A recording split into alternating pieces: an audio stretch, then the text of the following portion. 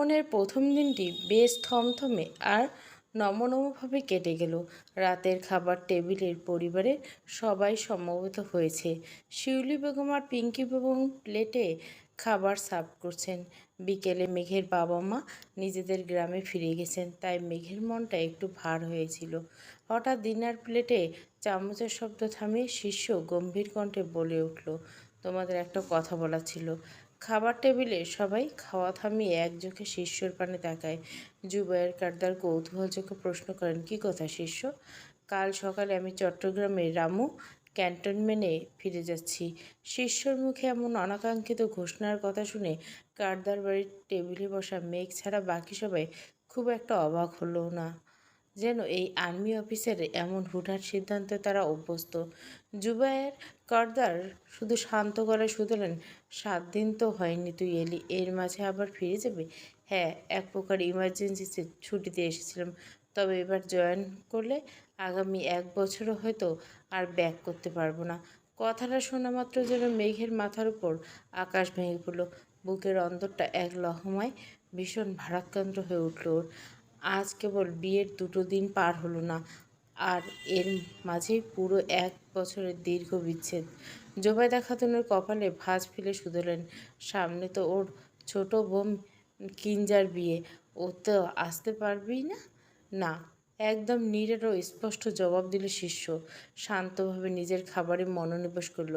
ওদিকে শিউলি বেগম সেই যে দুপুরের পর থেকে ছেলের সাথে কথা বলা বন্ধ করে দিয়েছেন, এখনও নীরব। শিষ্য কাল সকালে ঢাকা ছেড়ে চলে যাবেন শুনে উনি একটা শব্দ উচ্চারণ করলেন না, তবে খাওয়ার টেবিল থেকে ওঠার আগে একরাশ জ্বলন্ত তিক্ত চোখে মেঘকে দেখে গেলেন, যেন সব দোষ এই একরত্তি মেয়েটার।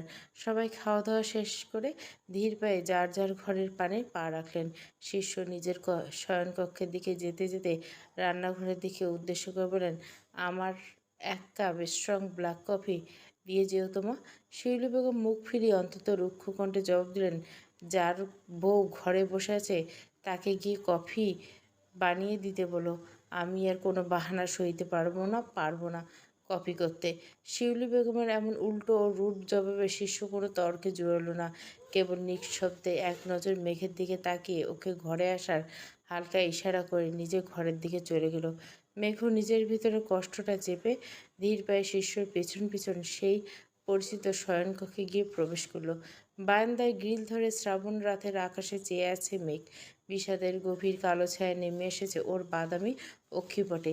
শিষ্য নিজে ট্রাভেল ব্যাগটা নিখুঁতভাবে গুছিয়ে জার্কের উপর রেখে ধীরে ধীরে পায়ে এগিয়ে এসে বারান্দার পিছন থেকে পরম নিবিড়তায় জড়িয়ে ধরে মেঘকে। নিজের মুখটা গুজে দেয় মেঘের ঘাড়ে সুবাসিত কেশের বাজে। ওষ্ঠাধর ঠেকায় উন্মুক্ত ঘাড়ের উপর। মন খারাপ প্রিয়া? মেঘ পেছন ঘুরে দাঁড়ায় না, বরং দৃষ্টি আকাশে রেখে অভিমান ভরা ও বিষাদমাখা কণ্ঠে উল্টো প্রশ্ন করে, আপনি কি সত্যি কাল চলে যাবেন মেজর সাহেব? শিষ্য ওর কোমরের উপর 2 হাতের বাঁধন আরও একটু শক্ত করে মেঘকে নিজের সুগঠিত শরীরের সাথে মিশিয়ে নেয়। তারপর এক গভীর দীর্ঘশ্বাস ফেলে বলে, আমার কর্তব্য তো এটাই প্রিয়া। যে পেশায় আমি আছি চাইলে তো অবহেলা করতে পারে না। আসলে তুমি একজন সামরিক পুরুষকে নিজের স্বামী হিসেবে বেছে নিয়েছ, সে হয়তো তোমার প্রতিদিন সময় দিতে পারবে না তোমার ছোট ছোট সাধারণ শখগুলো পূরণ করতে। সারাটা জীবন হয়তো এই বিরহ আর দূরত্বর কষ্টটা আমাদের রয়ে বেড়াতে হবে। শিষ্য এবার আলতো করে মেঘকে নিজের মুখোমুখি ফেরায়।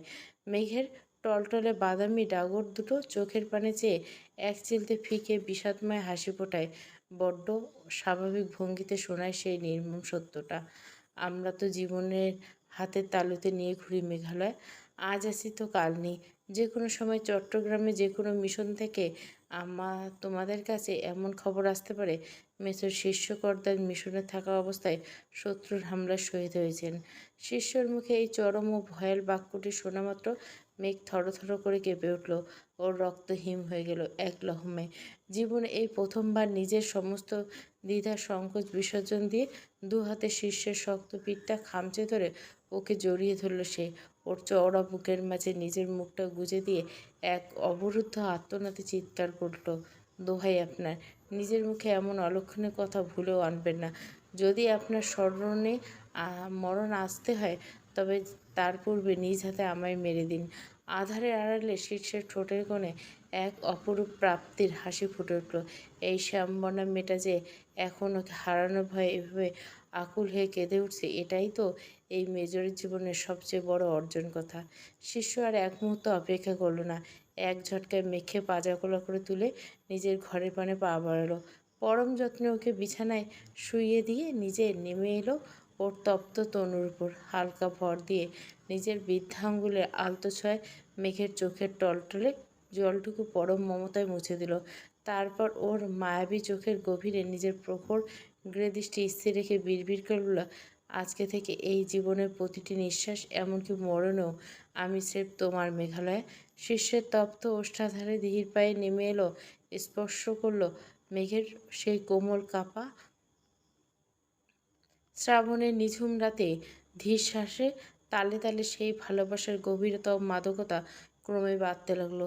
তবে উত্তাপের মাঝে আজ শিষ্যর এক সুনির্দিষ্ট ও পবিত্র সীমাবদ্ধ ছিল, কারণ সে খুব ভালো করে জানে মেঘ এখনও শারীরিক ও পূর্ণাঙ্গ সম্পর্কের জন্য পুরোপুরি প্রস্তুত নয়। আর এক প্রকৃত পুরুষ হিসাবে নিজের সীমারেখা লঙ্ঘন করা পাত্র শিষ্য কর্তার নয়। সেই পবিত্র ও মধুর ওষ্ঠের ভালোবাসা আদান প্রদানের শেষে শিষ্য পরম আদরে মেঘকে নিজের বুকের বাম পাশের উপর আগলে রেখে ঘুমের দেশে পাড়ি দিল। শিষ্যের ক্লান্ত দেহটা ঘুমে আচ্ছন্ন হয়ে পড়ল। মেঘের দুই চোখে আজ বিন্দুমাত্র ঘুমের দেখা নেই। ঘরের জানলা দিয়ে গড়িয়ে আসা ফুটফুটে চাঁদের আবছায় শান্তভাবে ঘুমের জাদ্রেলকে মেজোকে প্রাণ ভরে অপলক দেখতে লাগলো। দেখার বুঝি আজ কোনো আশই মিটছে না ওর। আপনাকে দেখার আশ কখনোই মিটবে না। সারা জীবন আপনার বুকে বা পাশটায় আমার থাকুক। সামনে কঠিন মক টেস্ট। টেবিলের ল্যাম্পপোস্টে ঘোরটাপে আলোয় গভীর মনোযোগে পড়াশোনায় ব্যস্ত কিঞ্জা। ডাক্তারি পড়াটা যে বড্ড ঝুঁকির কাজ তা হাড়ে হাড়ে টের পাচ্ছে। একের পর এক উইডনেসে ভরা জটিল ওষুধের নাম উচ্চারণ করতে করতে দাঁত ভাঙা জোগাড়। তার উপর বিভিন্ন ধরনের ক্লিনিক্যাল টেস্ট, প্যাথোলজিক রিপোর্ট, জটিল এক্সপেরিমেন্ট, পাহাড় তো আলাদা করে তুলে রাখা। ঠিক তখনই সেই নিখাদে মনোযোগ ব্যাঘাত ঘটিয়ে হঠাৎ বেজে ওঠে টেবিলের কোণে রাখা যান্ত্রিক মোবাইল ফোনটি। কিঞ্জা পড়ার ধ্যান ভেঙে পাশ থেকে ফোনটা তুলে ডিসপ্লের নাম্বারটার দিকে তাকায়। স্ক্রিনে স্বামী নামটা ভেসে উঠছে। চোখের উপর নেমে আসা হালকা চশমাটা আঙুলের ডগায় একটু উপর দিকে ঠেলে অনিচ্ছা সত্ত্বেও কলটা রিসিভ করে, কেমন আছো কুঞ্জ? কোনো ফোন কানে তুলতে ওপাশ থেকে ভেসে আসে স্বামীর এক চরম সুমিষ্ট মায়াবী পুরুষের গলা। কুঞ্জ ডাকটা কানে আসতে কিঞ্জা অদ্ভুত এক অস্বস্তি পড়ে যায়। ভেতরে সেই ইতস্তত ভাবটা চেপে কোনোরকম ঠোঁটের কোণে কৃত্রিম এক চিলতে হাসি ফুটিয়ে উঠলে, আলহামদুলিল্লাহ ভালো স্বামী, তুমি কেমন আছো? আলহামদুলিল্লাহ আমিও বেশ ভালো আছি। রাত দুপুরে খুব মনে পড়ছিল বুঝি? হুম। কিঞ্জার এই বড্ড সংক্ষিপ্ত কাঠখোট্টা জবাব স্বামী খুব ভালো করে অনুধাবন করলো। ওপাশ থেকে খানিকটা নিস্তব্ধ হয়ে ছেয়ে যায়। এরপর স্বামী এক বুক গভীর নিঃশ্বাস ফেলে বড্ড দ্বিধা ও আকুলতা ভরা কণ্ঠে এক অনাকাঙ্ক্ষিত পাল্টা প্রশ্ন ছুড়ে দেয়, বর হিসাবে আমায় জীবনে পেয়ে তুমি কি একেবারে খুশি নও কুঞ্জ? আমার ইদানিং কেন যেন বড্ড মনে হচ্ছে তুমি আমায় সত্যি মন থেকে ভালোবাসো না। দিবালোকের সূর্য থেকে মধ্য গগনে উঁকি দিচ্ছে শ্রাবণের রোদ, আর মেঘের লুকোচুরিতে সূর্যের তেজ কখনো কমতি তো পরক্ষণে তীব্র বাড়তি। কারো যেন কোনো বিশ্রাম নেই। ক্লাস শেষ করে এক উৎসুক শিক্ষার্থীরা হৈ হৈ করে বিদ্যাপীঠ ত্যাগ করছে এই ছুটির মিষ্টি সময়টার জন্য। প্রহর গোনা শেষ করে তাদের সঙ্গ প্রদান করে মেঘ ভিড় ঠেলে বাইরে বেরিয়ে এলো। ক্লান্ত পায়ে কলেজের চত্বর আর পেটিকোট সীমানা পার হয়ে প্রধান গেটের সংলগ্ন হতে ওর একেবারে মুখোমুখি হলো মিসি হলদারের সাথে। মেঘ আতর্কিত সামনে দেখতে পেয়ে মিসির শ্যামলা মুখের এক চিলতে অমায়িক মিষ্টি হাসি খেলে গেল। কেমন আছে মেঘালয়? আলহামদুলিল্লাহ ভালো মিসির ভাই, আপনি কেমন আছেন? ওদের স্বাভাবিক কথোপকথন দেখেই মনে হবে না যে সেদিন এসে অনাকাঙ্ক্ষিত ঘটনাগুলো ঘটেছিল। যেন সব বিষাক্ত রেশ বহু পূর্বে মিঠে গিয়ে সব শান্ত হয়েছে। আছি আলহামদুলিল্লাহ বেশ ভালো। তা তোমার ক্লাস আজকের মতো শেষ? মেঘ শান্ত ভঙ্গিতে উপন্যাস মাথা নাড়ায়। মিসি মৃদু হাসে। মেঘের এইচএসসি পরীক্ষা অবশেষে আজকে সমাপ্ত। মিসির এবার একটু ইতস্তত গলায় নিচু স্বরে বলল, শুনলাম তোমার দুই বান্ধবী ফাতিমা আর তানিয়ার নাকি বড্ড খারাপ অবস্থা। রাতারাতি কোনো অদৃশ্য ক্ষমতার ছয় ওদের বাবার ব্যবসা একেবারে ধসে মাটির সাথে মিশে গেছে। তোমার সাথে কি ওদের আজকাল কোনো কথাবার্তা বা যোগাযোগ হয় না? সেই দুই কালনাগিনী আর চরম বিশ্বাসঘাতক বান্ধবীর নাম কানে পৌঁছা মাত্র মেঘের শ্যামা মুখে যেন একরাশ বিরক্তি আর গাঢ় আধার নেমে এলো। ও তেতো বিষাক্ত মুখ করে সংক্ষিপ্ত জবাব দিল, ওদের সাথে আমার কোনোদিন ফ্রেন্ডশিপ ছিল না, আর ভবিষ্যতে থাকবে না। কথাটা বলে এক সেকেন্ডও দাঁড়ালো না। মিছিরকে পাশ কাটিয়ে গেট পার হয়ে হনহন করে সামনের দিকে পা বাড়ালো। আজ বাড়ি যাওয়ার তাড়া ওর বড্ড বেশি। মিসি ছাড়ার পাত্র নেই। সেও দ্রুত বড় বড় পায়ে মেঘের পাশাপাশি হাঁটা শুরু করলো। আরে সামান্য কারণে রাগ করলে নাকি মেঘালয়? রাগ করো না প্লিজ। চলো, রাস্তায় এইভাবে একা না গিয়ে আমার সাথে চলো। আমি তোমায় নিরাপদে পৌঁছে দিয়ে আসছি। আমি একাই নিজের বাড়ি যেতে পারবো মিসির ভাই। আপনাকে অযথা কষ্ট করে আমার ছায়ার মতো আসতে হবে না। কিন্তু মিসির মেঘের স্পষ্ট কঠোর বারণে বিন্দুমাত্র কান দিল না। উল্টো হাসি মুখে মেঘের তালে তালে পা চালিয়ে চলতে লাগলো। আমার পিছু নেওয়া বন্ধ করেন মিসির ভাই। আমায় আপনি কোনোদিনও পাবেন না। পাওয়া না পাওয়া পরের ব্যাপার মেঘালয়। মিসির এমন নাছোড়বান্দার কথায় মেঘের ভিতরে এক দীর্ঘ ভারী নিঃশ্বাস বেরিয়ে সে সামনের রাস্তায় ধরে ফুটপাতে থাকা এক রক্তিম জারুল গাছের নিচে নিজের ক্লান্ত দৃষ্টি রেখে ও মিসিরকে বড্ড শান্ত গলায় বলে, আমার আশা এবার ত্যাগ করুন মিসির ভাই। আজ বা কাল নয়, এই জন্মে কোনো জন্মে আপনি আর আমায় পাবেন না। এক লহমা তীব্র বেদনা আর হতাশ ফুটেছে মিসির আননে। বিষাদে মোড়ানো ভাঙা কণ্ঠে সে মেঘের দিকে চেয়ে আকুল হয়ে শুধায়, তোমায় যে আমি আমার মন প্রাণ দিয়ে ভালোবাসি মেঘালয়। তবে কি তোমার ভালোবাসা কিংবা কাছে পাওয়ার কোনো অধিকার আমার নেই? আমি বিবাহিত মিসির ভাই। মেঘের মুখ থেকে ছিটকে আসা মাত্র এই দুটো শব্দর আঘাত মিসির বুকে যেন পাহাড় সমান ভার চেপে বসলো। আচমকা বুক জুড়ে অক্সিজেন চরম অভাব হাঁসফাঁস করতে লাগলো সে। এক বিভ্রান্তিকর দিশেহারা নয়নে চারপাশটা চেয়ে মেঘের দিকে দু কদম এগিয়ে সে থরথর কণ্ঠে বলল, আমার সাথে এমন নিদারুণ ঠাট্টা করছো কেন মেঘ? ভেবেছ বিয়ের এই মিথ্যে নাটক সাজালে আমি তোমায় এভাবে ছেড়ে চলে যাব? আজ থেকে ঠিক 5 দিন 18 ঘন্টা পূর্বে আমার শুভ বিবাহ সম্পূর্ণ হয়েছে। আমি আপনার কাছে বিন্দুমাত্র মিথ্যে বলছি মিসির ভাই। তবে কেন এত যাতনা দিচ্ছ আমায় মেঘালয়? আমার নিজের জীবন থেকে এড়াতে এত বড় একটা জঘন্য মিথ্যা বলতে পারলে তুমি? আবেগ সামলাতে না পারে মেঘের ফর্সা নরম হাতখানা নিজের দুই হাতের মুঠে শক্ত করে চেপে ধরে মিশি। তার দুটি চোখ উপচে পড়ছে পরম কাতরতা। শরীর আতঙ্কে কাঁপছে তীব্র ভাবে, যেন যে কোনো পলকে যেন নিজের শারীরিক ভারসাম্য হারিয়ে মাটিতে লুটিয়ে পড়বে। মেঘের রূপলি চোখে তখন এক অচেনা কঠোরতা ফুটে উঠল। গম্ভীর বড় শীতল কণ্ঠে তাগাদা দিল, আমি এখন অন্য পুরুষের পরনারী পরস্ত্রী। দয়া করে এভাবে আমায় স্পর্শ করবেন না মিসির ভাই। এক তীব্র ধাক্কায় জোরপূর্বক নিজের হাতখানা মিসির মুঠো থেকে ছাড়িয়ে নিয়ে দ্রুত পা চালায় মেঘ। মিসির যেন মেঘের সেই চাহনি আর স্পর্শ সব উত্তর পেয়ে যায়। মেঘ সত্যি বলছে, কোনো মিথ্যা নয়। ওর বাদামি চোখের মণিজোড়ায় অন্য কারো অস্তিত্বের অপার ঝিলিক বড্ড স্পষ্ট। ভাঙা ও রুট গলায় দূর হতে থাকা মেঘের পিছু ডেকে, কে সেই পুরুষ মেঘালয়? কার পরম ভাগ্যলিপিতে তুমি বিধাতার হাতে লেখা হলো? মেঘ এক মুহূর্ত থামল, কিন্তু মিসির দিকে ঘুরে সোজা হাঁটতে হাঁটতে স্পষ্ট অহংকার ভরা গলায় উচ্চারণ করলো, আমি মেজর শিষ্য কারদার অঙ্কন।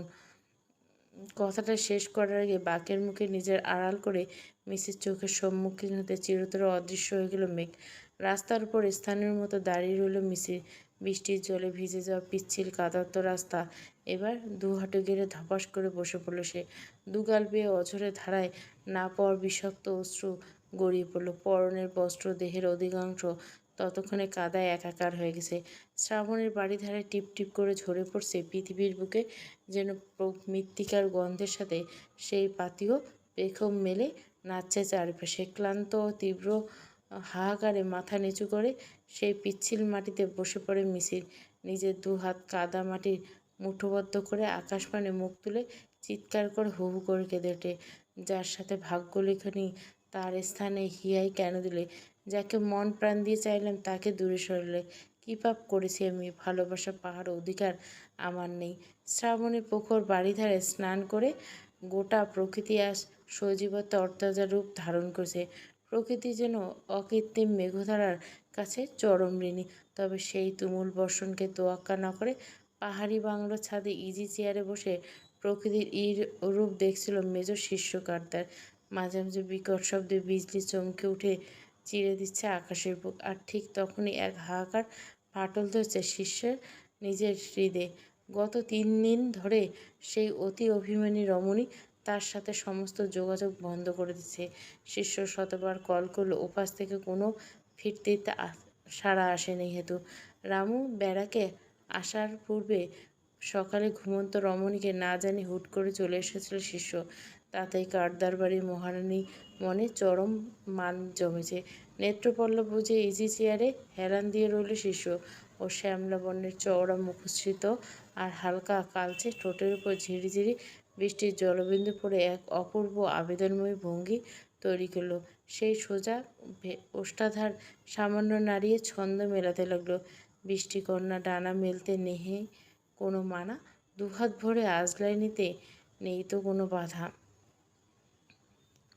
আঁকিপটে নির্বাতে শিষ্যর মানসপটে ভেসে উঠল সেই পাহাড়ি সফরের অভিমানী রমণের এক অপরূপ রূপ। পাহাড়ি কন্যাদের নিজ হস্তে বোনা লাল হলুদ তাঁতের শাড়ি, গাত্রে ঐতিহ্যবাহী রূপলি অলঙ্কার, আর মাথায় চওড়া ঘোমটা টানা হরিণীর মতো সেই কাজল চাহনি যেন এক লহমায় বিদ্ধ করছিল শিষ্য চওড়া বক্ষ। স্মৃতির পাতায় ভেসে উঠল সেই কুখ্যাত দিনের কথা। পাহাড়ি ঝুপড়ির ভেতরে ওদের দুজনকে একসাথে এভাবে ঘুমাতে দেখে স্থানীয় পাহাড়ি জনগণ বেজায় সন্দেহ করছিল। মেঘের পরনে ছিল শিষ্যের ঢোলা জলপাই রঙের আর্মি শার্ট, আর শিষ্যের গায়ে সেম একটা কালো প্যান্ট আর ট্যাঙ্ক টপ। শিষ্যের চওড়া ছাতি প্রান্তে একরত্তি মেঘকে পরম নিশ্চিন্তে ঘুমাতে দেখে ওদের চরিত্রের নির্বিচারে কাঁধা ছেটাতে শুরু করেছিল। এই মা লাস্ট লজ্জায় বিন্দুমাত্র বালাই নেই রে। দেখ মোলা পোলা মাইয়া দুইটা মাঝরাতে কেমন লগে ল্যাপটায় শুয়েছে। ছি ছি, কি দিনকাল আসলো গো। এদের বাম্মায় কি এদের ন্যূনতম শিক্ষা দেয়নি? ওদের এই উচ্চবাচ্য কটু আজে শিষ্য আর মেঘ দুজনে ঘুম চটে যায়। মেঘ ঘুম ভাঙা চোখে কিছু বুঝতে না পারল। তুখোড় মিলিটারি অফিসার শিষ্য বুঝতে 1 সেকেন্ডও বাকি রইল না যে পাহাড়িরা ওদের চরম ভুল বুঝে বসেছে। কিন্তু পরিস্থিতি পর্যবেক্ষণ করতে শিষ্য আপাতত চুপটি করে রইল। ওদের এই নীরবতা থেকে ক্ষিপ্ত পাহাড়ি জনতা উত্তাল হয়ে উঠল। ভিড়ের মধ্য থেকে এক বয়স্কা রকচটা নারী তর্জনী উঁচিয়ে গর্জে উঠল, একদম নষ্ট ছেলেমেয়ে, শরীরে এতই জ্বালা যে রাতের অন্ধকারে একসাথে। ছি! সারা রাতভর ফষ্টি মরিয়া এখন দেহ চোরের মতো কেমন ঘুমাইতেছে। লাজ লজ্জার কোনো নামগন্ধ নেই।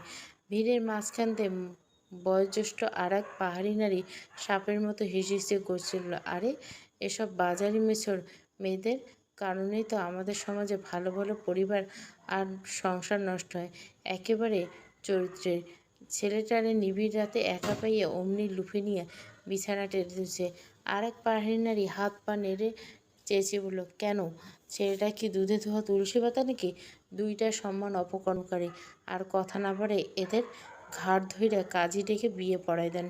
রামুর সেই নিঝুম পাহাড়ি উপত্যকা এক লহমায় এক জঘন্য বিষাক্ত চিৎকার চেঁচামেচিতে পরিপূর্ণ হয়ে উঠল। মেঘের দুটো চোখ ডাগর চোখ অনবরত জলে ভিজে উঠল। ও হাত দুটো জোর করে আকুল হয়ে কেঁদে সবার কাছে ক্ষমা চাওয়ার ভঙ্গিতে বলল, আল্লাহর দোহাই লেগে আপনারা একটু চুপ করুন। আপনারা যা যা ভাবছেন তার কোনোটাই সত্যি নয়। ওনার সাথে আমার বিন্দুমাত্র জঘন্য কিছু হয়নি, বিশ্বাস করুন। একদম চুপ, বেহায়া মাইয়া, নিজে এই নষ্ট মুখের লাগাম টান এবার। শিষ্য এবার একটু কটু কথা আর নিজের চরিত্রে অনবরত কাদা ছোটানো দেখে নিশ্চুপ হয়ে সব শুনে যাচ্ছিল, অথচ আশ্চর্যজনকভাবে একটাও শব্দ উচ্চারণ করেছে না। তবে ওর সুগভীর প্রখর গেড়ে চোখ তখন এক অচেনা গূঢ় চক্রান্তে বিজলি খেলছিল। ও মনে মনে সশব্দে হেসে উঠল, তোমার গায়ে এমন মিথ্যে কলঙ্ক লেপ্টে হলেও যে আজ তোমায় পুরোপুরি আমার করে নিব আমার জান পাখি। এই চল কাজিরে ডাইকে আনি।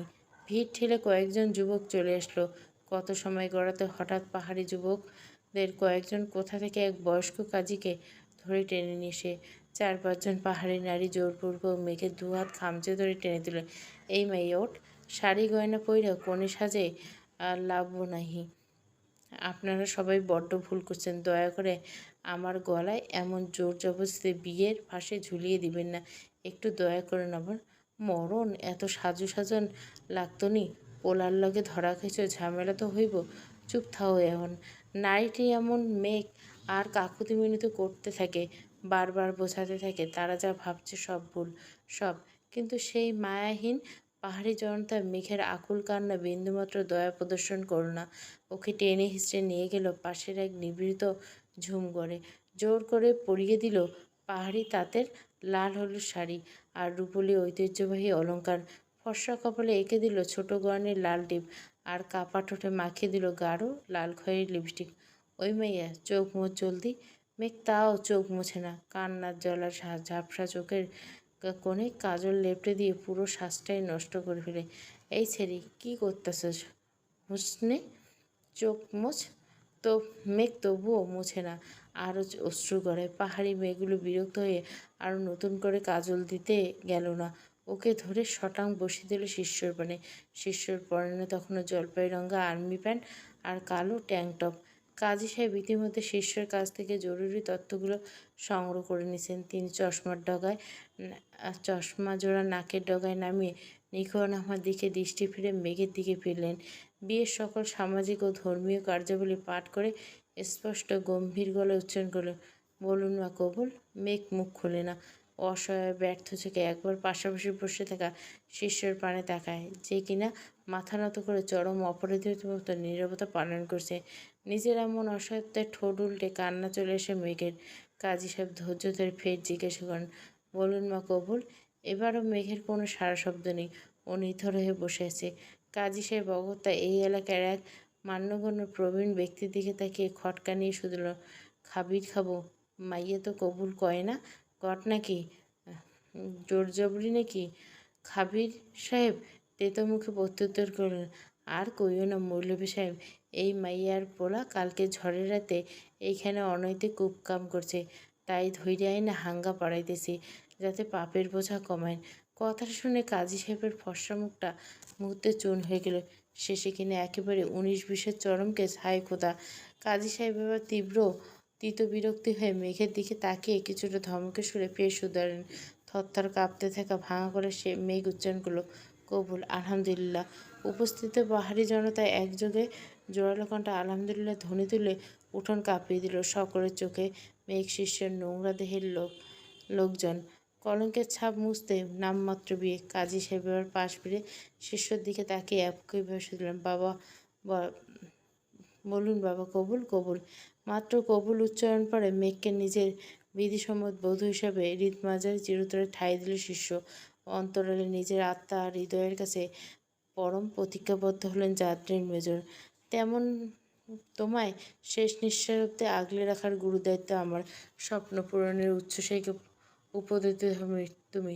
সংসারে বেড়া গেলে কোমল হিয়ার মরণ ঘটবে না। তুমি আমার বহু সাধনার পুষ্পফল। জীবন দিয়ে হলো তোমার রক্ষা করে যাব। ভালোবাসায় মুড়িয়ে রেখে স্বর্গসুখ তোমার পদতলে অবতীত করব। মাই ব্ল্যাক হোয়াইট ফ্লাওয়ার। বিবাহ পর্ব সমাপ্ত হতে উপস্থিত ভিড়ের মাঝ থেকে সে অসভ্য লোকগুলো আবার বিশ্রী মুখে উঠল, লা, ভালোই ভালোই তো হাঙ্গা তো শেষ হইল। রাতভর যত পারছস ফষ্টেরসি করছিস। এখন কাজী ডেকে আইয়া বিয়ে দিছি। এবারে বনে বাজারে কিংবা যেখানে খুশি গিয়ে অকাম কুকাম করগে। ভিড়ের মাঝখানে আরেক প্রবীণ নারী কুৎসিত মুখে বাঁকা এসে যোগ দিল, আরে মাইয়াটা কালিনী কাল কুচকুচ হইলে কি হবে? মরদ পাইছে একখান রাজপুত্র মতো, ধবধবে ফর্সা ধলাই ভিত্তে, একেবারে এক বিশ্রী দাগি মাইয়া। নিজের মেঘের ব্যাপারে মুখ থেকে আসা এই একটু কটুকতা সহ্য সরল হল না। সমস্ত সংযত বাঁধ ভেঙে এক হিংস্র পশুর মতো গর্জে উঠল, আমার ওয়াইফ পবিত্র, আমি অপবিত্র। ও শুভ্র, আমি কলঙ্ক। ও লুকায়িত হীরা, আমি কলঙ্কে মোড়ানো আধার। বিয়েতে মুখরিত থাকা বীজ ছড়ানো সকল মানুষের দিকে নিজের হিংস্র ও রক্ত চক্ষু মেলে তাকালো ও প্রতিটি ভারী ও বরফ শীতল শব্দ উচ্চারণ করলো প্রচণ্ড দম্ভে। শিষ্য করদার অঙ্কনের জীবনসঙ্গী মেঘালয় আরণ্যী, আমি জানি আমার স্ত্রী কেমন, তার চরিত্রে কালিমা লেপটানোর অধিকার আপনাদের কাউকে দেওয়া হয়নি। শিষ্যকন্তার নামটা শোনা মাত্র উপস্থিত পাহাড়ের জন্য তার চোখ ছানাবড়া হয়ে গেল। ভয়ে আর আতঙ্কে তারা স্তব্ধ হয়ে তটস্থ হয়ে পড়ল। এই তো সেই জাদ্রেল মেজর শিষ্যকর্তা, যার সাহসিকতার দৌলতে এই পাহাড়ি উপত্যকায় হাজারো মানুষ জীবনে আসল শান্তি ফিরে এসছে। এই তো সেই দুরন্ত বর্ডার গার্ডের সেনা, যাকে সেই পুরো দেশ গর্ব করে। আমাদের মাফ করে দেন মেজর সাহেব, আমরা বুঝতে পারিনি। শিষ্য গুরুগম্ভীরতা বজায় রেখে পূর্বের বাজখাই গলায় গর্জন করে, আপনারা যা করছেন তা অপরাধ নয়, অন্যায়। মনে রাখবেন, চোখের দেখা বা ভুল বোঝাবুঝি অধিকাংশ সময় হয়ে থাকে। আজ আপনারা না জেনে বা না বুঝে যা করছেন তার মাসুল আপনারা পেয়ে যাবেন। শিষ্যর কথায় সকলের মাঝে অপরাধবোধ আর ভয় আরও গাঢ় হলো।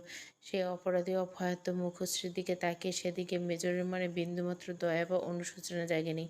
মেঘের হাত নিজের শক্ত মুঠো শক্ত করে চেপে ধরে মাথা নিচু করে, বরং সমাজকে চ্যালেঞ্জ জানিয়ে মাথা নিচু করে উঁচু করে সেখান থেকে ফিরে এসেছিল। স্মৃতির বিলাসের শেষে ধীর পায়ে ঘরে ফিরে এসেছিলেন শিষ্য। সমস্ত শান্ত আলোয় তার দৃষ্টি গিয়ে থামে ঠিক সামনে সুবিশাল দেওয়ালটার পানে, যেখানে ঝুলছে সেদিনে সে আকস্মিক ও অপ্রত্যাশিত বিবাহ সাজে বাধাই করা বিশাল এক আলোকচিত্র, তার প্রিয়তমা মেঘালয়ের ছবি। শিষ্য এগিয়ে এসে দেওয়ালে ঝুলানো সেই ছবিটার একদম কাছে নিজের ওষ্ঠাধর ঝুঁকে গভীর অনুরাগ বেশ এক শব্দ করে প্রিয়তমা ছবিতে তপ্ত কালে এক চুমু আঁকে সে। ভালোবাসি যান। নিঝুম নিঝুম নিস্তব্ধ ঘরে একা একা শব্দ করে মেঘের প্রতি নিজের বুক চাকা ভালোবাসা জাহির করে ফেলে শিষ্য। তারপর অপলক মোহগ্রস্ত চোখে চেয়ে রয় সেই অপরূপা মায়াবী মেঘের ছবির দিকে, যেখানে ছবির কাঠের ফ্রেমে একদম নিচের অংশে নিজ হস্তে খোদাই করে সুন্দর ও নিখুঁত অক্ষরে লেখা মায়াবতী বধূয়া, বক্ষ মাঝারে জুড়ে বিস্তৃত খাতিনি। দেখতে দেখতে কয়েক মাস কেটে গেল, আরও দীর্ঘ 1 মাস। কিঞ্জার বহুল প্রতীক্ষিত বিয়ের সময়টা একেবারে কাছে ঘনিয়ে এসে হাতে রয়েছে মোটে দিন 10। বিছানায় আরাম করে শুয়ে অলস ভঙ্গিতে ঘুমাচ্ছে মেঘ। এই বিগত 1 মাসের দূরত্বের মাঝে শিষ্যর সাথে ওর সম্পর্কের উন্নতি যদি হয় 10 আনা, তবে ছোটোখাটো বিষয় নিয়ে মান অভিমান জমিয়ে দাঁড়িয়েছে একেবারে 16 আনা। কাল রাত থেকে জাদ্রিল মানুষটার সাথে সমস্ত কথাবার্তা বন্ধ করে দিয়েছে অভিমানী রমণী। মুখে একেবারে কুলু বেটে বসে আছে। ফোন স্ক্রিনে শিষ্যর নাম ভেসে উঠলে বারবার কল কেটে দেয় সে, একবারও জবাব দেয়নি। ঠিক তখনই আলেয়া বানু মেঘের ঘরে প্রবেশ করেন। দিন দুপুরে মেঘে এভাবে কুম্ভকর্ণের মতো বিছানায় লেপ্টে ঘুমাতে দেখে উনি বেজায় চটে যান। গায়ের কাঁথাটা টেনে নিয়ে মৃদু ধাক্কা দেন। এই মেঘ, ওঠ বলছি, কত ঘুমাবেন? আর একটু ঘুমাতে দাও মা, প্রমিস, আর 10 মিনিট। আলেয়া বানু চট করে মেঘের দিকে একখানা চরম কটমাট চাহিনী নিক্ষেপ করেন। এবার মৃদু নয়, বেশ শক্তপোক্ত একখানা ধাক্কা বসিয়ে দেন মেঘের গায়ে। কি হয়েছে? ভূমিকম্প? বন্যা এসেছে নাকি দেশে? ঝটপটি এক ঝটকে ঘুম থেকে উঠে বসে মেঘ। ঘুমে তীব্র করে চোখ ডলতে ডলতে আবল তাবল বকতে শুরু করে। মেঘকে এমন ঢং করতে দেখে আলিয়া বানুর মেজাজ আরও এক ধাপ চড়ে যায়। একদম বাজে বকা বন্ধ কর, চুপ। ওপাশ থেকে জামাই বারবার কল দিছে, তোর সাথে নাকি জরুরি কথা আছে। জামাই মানে মেজর শিষ্য কার্তার, সেই জাদ্রের মানবের নাম শোনা মাত্র এক লহমায় মেঘের ফর্সা মুখশ্রী মেঘ কালো মেঘে ঢেকে যায়। মুখ ভারী করে অন্যদিকে ফিরে বলে, ওনাকে সোজা বলে দাও আমি কোনো কথা বলবো না ওনার সাথে। এসব কি বলছিস তুই? জামাই পাহাড়েতে ডিউটি করছে আর তোর এত দেমাক? শুনলাম তুই নাকি সামান্য কথায় জামাইয়ের সাথে বিবাদ বাঁধিয়ে বসেছিস, কল দিলে নাকি কেটে দিচ্ছিস। বুকে থুতনি থেকে অপরাধীর মতো চুপটি করে বসে থাকে মেঘ। মেঘের এই গুমোট নীরবতা দেখে আলেয়া বনি এক নাগাড়ে বক বক করতে শুরু করেন। তোকে কি আমি এই শিক্ষা দিয়েছি? আমি বড় করছি বল? দূর চট্টগ্রামের ছেলেটা তোর জন্য কষ্ট পাবে। নে চুপচাপ মোবাইল ধর, কথা বল। আর একটাবার যদি তোর এই চালানোর জন্য জামাই আমাদের ফোনের নালিশ জানে, তো তোকে ঘাড় ধরে এই বাড়ি থেকে বের করে দেবো, হতচ্ছাড়া বান্দর মেয়ে একটা। মেঘের কাপা হাতে ঠাস করে মোবাইলটা গুঁজে দিয়ে আলেয়া বনু গটগট করে ঘর থেকে বেরিয়ে যান। ফোন কানে তুলতে ওপাশ থেকে ভেসে আসলো শিষ্যর হালকা ও সুগভীর ঠোঁট টিপে হাসার আওয়াজ। খুব তো মজা হচ্ছে তাই না মেজো সাহেব? আসলে বউ, আমার শাশুড়ি আম্মা তো লক্ষ্মী আর ভালো মানুষ, যে কি বলবো, অথচ ওনার এত কাঠখোট্টার মেয়েটা, এত কাঠখোট্টা আর পাষাণ। মন তো চায় এখন, মন চায় কি চাই শুনি? হাঁচকি টোনে ওপাশ থেকে প্রতি উত্তর, লবণ মরিচের সেপ মিষ্টি চকলেট দিয়ে তোমাকে একেবারে চিবিয়ে খেয়ে ফেলি। শিষ্যর এমন প্রকাশ্য দুষ্টু ও মাদকতার কথায় মেঘের দুই গাল মুহূর্তে রক্তিম লজ্জায় লাল হয়ে উঠল। চাদর খামচে ধরে ওপাশ থেকে মুখ লুকানোর চেষ্টা করে সে। শিষ্য যেন ওপাশে লজ্জাটা স্পষ্ট টের পাচ্ছে, তাই মৃদু হেসে বলল, ফোনের ওপাশে একা একা এত লজ্জা পেও না প্রিয়া, আমি তো এখন কাছে নেই। সব লজ্জা জমা রেখে রাখো নিজের মাঝে। ফিরে এসে এই সমস্ত লজ্জার বাঁধন ভাঙবো, আর সেই সাথে ভালোবাসায় তোমায় খুব কাঁদাবো কিন্তু। ইস, কত সগনার! আইসেন তো আপনি আমার কাছে কামড়াতে, এক ঘুষি মেরে মুখের সব দাঁত একেবারে ভেঙে গুঁড়ো করে দিব। মেঘের উত্তর শুনে শিষ্য অট্টহাসিতে ফেসে পড়ে। হাসতে হাসতে গম্ভীর ও মাদকতা কণ্ঠে বলে, বেশ তো মেরো, তবে তোমার ওই ভালোবাসার মাঠটা না হয় আমি রাতের বেলা মিষ্টি করে সাজায় উসুল করে নেব প্রিয়া। শিষ্যের এমন খোলামেলা ও আবেদনময়ী কথা শুনে মেঘের ফর্সা গাল দুটো লজ্জায় লাল নীল হতে থাকলো। ওপাশ থেকে মেজরের তীক্ষ্ণ সেন্স যেন মেঘের এই সুপ্ত লজ্জার রংটা ঠিক টের পেয়ে যায়। ও মেঘকে আরও কিছুটা লজ্জার সাগরে ডুবিয়ে দেওয়ার উদ্দেশ্যে ধীরে সুস্থে বলে, জানো প্রিয়া কি? মেঘ বেশ ধীর সামনে বলে, তোমার চোখের সামনে দেখলেই না আমার মনে কেমন যেন বাসর বাসর ফিরেছে। চলো না, দূরত্ব তোয়াক্কা না করে আজ মিলে একাকার হয়ে যাই, ফেলি সেই বাসরের কাজগুলো। কথাটা শোনা মাত্র মেঘ চমকে উঠে বুকের বাঁ পাশে হাত চেপে ধরে, আর ওপাশ থেকে শিষ্য আবার হো হো করে হেসে উঠলে। শিষ্যের সেই দুষ্টু আর বাঁধ ভাঙা হাসি শুনে মেঘ নিজের মুখটা একেবারে পেঁচার মতো থমথমে ভারী করে ফেলে। দাঁতে দাঁত চেপে বলে, একটা চরম বেলাস বেহায়া পুরুষ আপনি। যাই বলো প্রিয়া, আমার যা কিছু বেলাসরূপ তা তো স্রেফ তোমার জন্য। উফ জান, তুমি দেখতে যেন রূপসী, আমার কেমন যেন মনে হয় তুমি চকলেটের মতো অনেক টেস্টি হবে, তাই না? আমার না সত্যি এখন তোমায় পরম আদর টেস্ট করতে বড্ড মন চায়। চলে আসি তবে রামুর এই ব্যারাক ছেড়ে তোমার ঘরে এসে টেস্ট করি তোমায়। ইস, একদম মুখ বন্ধ করুন, চুপ করুন তো বেহায়া পুরুষ। মেজর কার্দার, পর্ব 16। পুরো গল্পটা প্লেলিস্টে। আগেও বলছি, এখনও বলি, আমি যা যা গল্প শুরু করছি প্রত্যেকটা এন্ড অবধি দিব। শুধু চ্যানেলের সাথে থাকবেন আর একটু ধৈর্য ধরবেন।